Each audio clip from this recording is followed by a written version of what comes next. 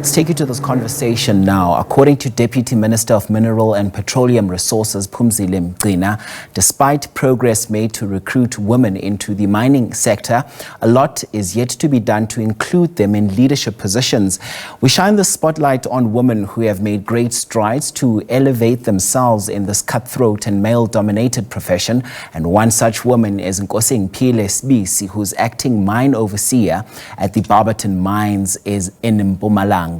Thank you so much for your time. First of all, Nkosingiphile, I hope you are safe from those felt fires we've been reporting on throughout the course of the morning. And also, secondly, just happy Women's Month as we're winding it down. Let's just hear from you. What made you get into mining? Thank you so much, Mpolisi, and good morning to the viewers. Thank you so much for having me today. Mining engineering is a field that combines engineering, innovation, and sustainability. It is a sector that has a real impact besides the primary focus of mineral extraction.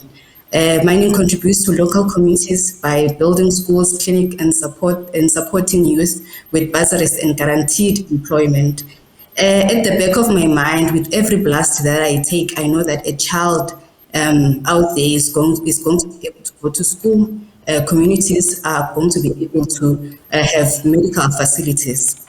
To be honest, I never thought of mining engineering as a field that I can tackle, but all I can say that it is a field that I'm happy to be in. Yeah, and I'm sure there are many young women that look up to you right now as you continue to break down barriers in this sector. Let's hear from you about what are some of the challenges that you face on the day-to-day. There are many challenges that we face in the industry, but to name a few, the bias and stereotype perceptions that mining is for men, it's a men's work, and that this has led to women's skills being underestimated. We feel pressured to constantly prove our competency in the technical or leadership roles. We have limited career advancement opportunities. There are few women in the senior roles, and this means that there are no mentors, limited role models. Not so long ago, we were celebrating.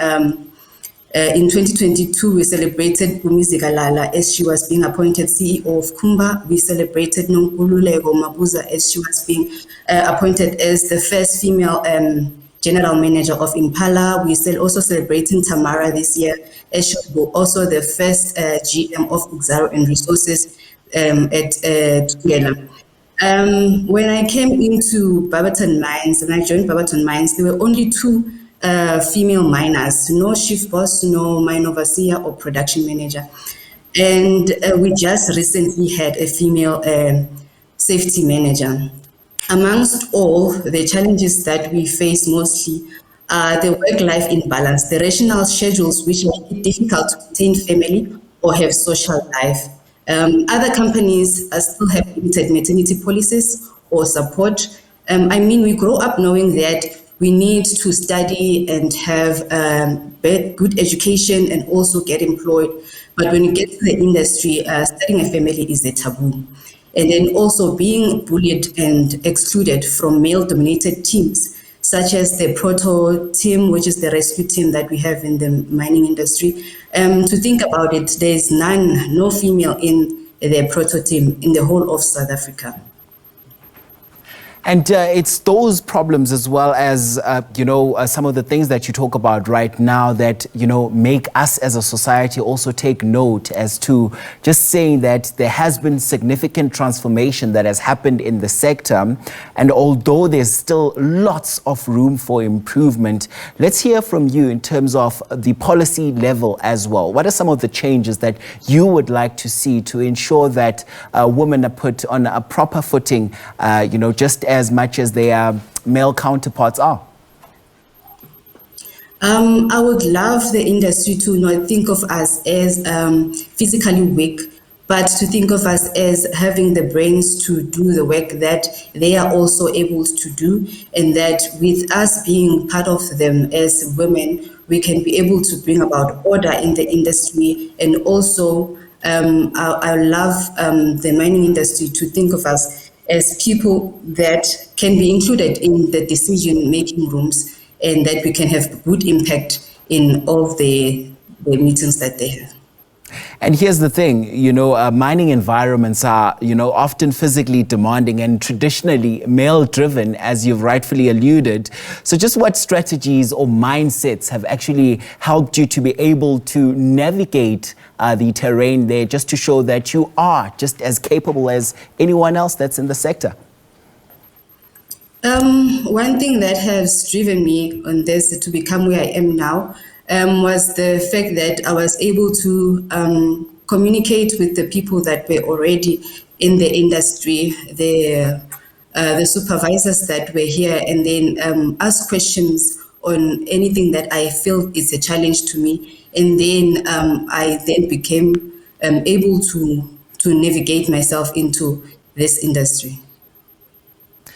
And many have said that although we've seen change, as we continue going back to that, lots also needs to be done. And also there's a need, and that need is for us to be having conversations. And those are open and honest conversations when it comes to empowering young women, particularly in the sector.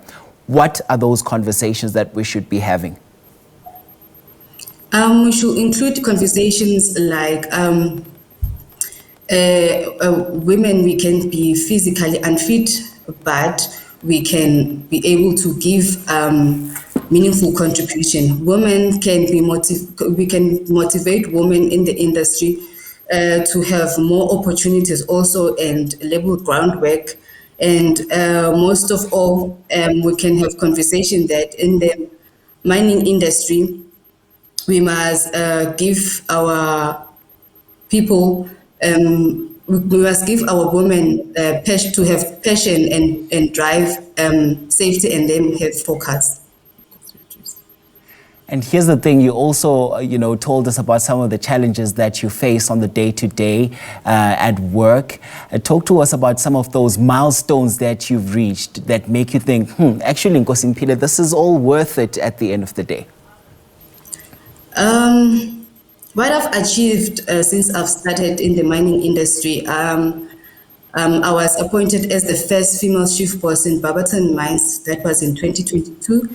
Then now I am an acting mine overseer, and I've also obtained my certification of mine overseer and mine manager certificate.